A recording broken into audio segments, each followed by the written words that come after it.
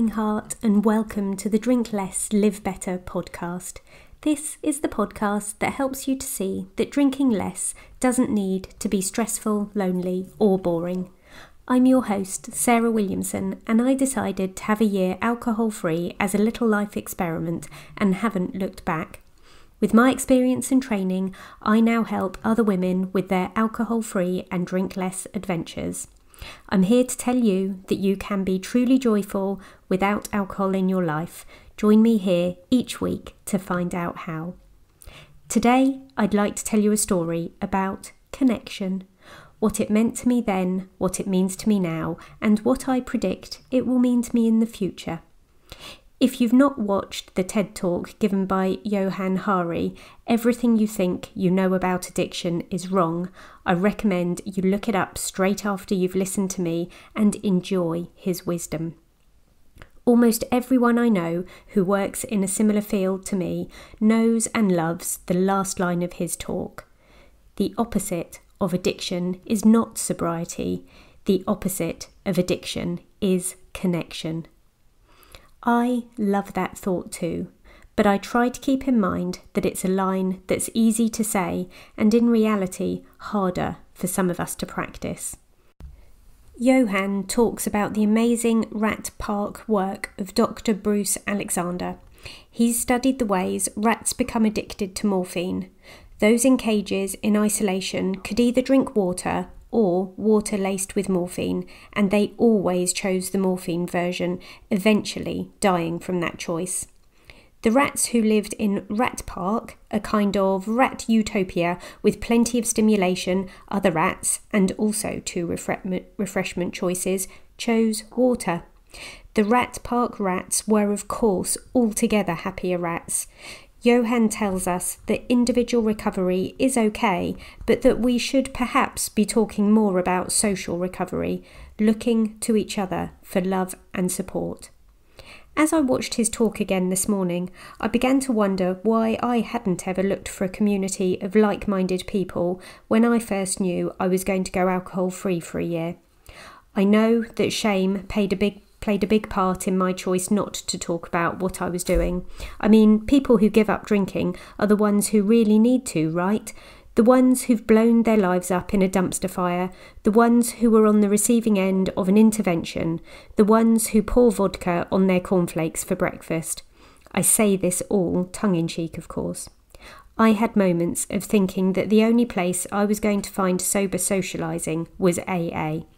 I googled local AA meetings several times.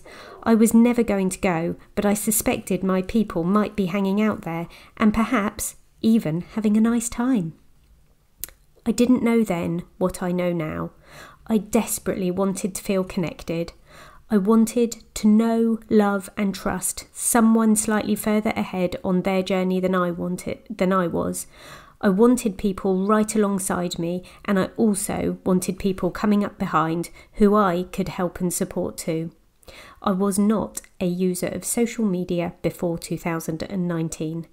I came into it very gently at the start of that year, just to use one specific Facebook group initially that happened to be nothing to do with sobriety. I then began to realise there were Facebook groups for just about any subject in the world you'd care to think about. I joined a few groups with sober or alcohol-free in the title and found some groups I loved and some not so much. There were enormous groups with thousands and thousands of people in and smaller groups with a few hundred. Some groups run by sober powerhouses and some by people who had set their group up in the hope of just finding a few friends. Every group has a different feel depending on who runs the group, who moderates it and how well, what the rules are, the country, the ethos and the size. Some groups have some very loud, shouty, opinionated people in, and some are run with nothing but love and kindness. I suggest to you that you do your own research on the groups that suit you, although I will tell you my own personal favourite, Sober Inspired Pirates. Come and request to join, a less pirate-like bunch you're never likely to find. Some groups are focused on one pathway to recovery, and others are more celebratory of all pathways. Of course, not every group is hosted on social media. There are many other communities hidden in all the nooks and crannies of the internet. Some groups are free and some are a paid membership. Some offer amazing accountability and coaching for support. And there is the opportunity to meet in real life. Now, you may end up finding these events online, but the total joy of whole people, not heads from video screens, hugs, high fives, shared lunches out, dog walks, visits to new places, yes, let me have some of that. I'm hosting an event this weekend and I cannot wait. Through sober communities and training courses, I've met some proper friends, not just acquaintances, but people who really know what I'm all about, who see, hear and understand me, and I do the very same for them. These beautiful souls make everything seem okay on a slightly less than good day. And the future?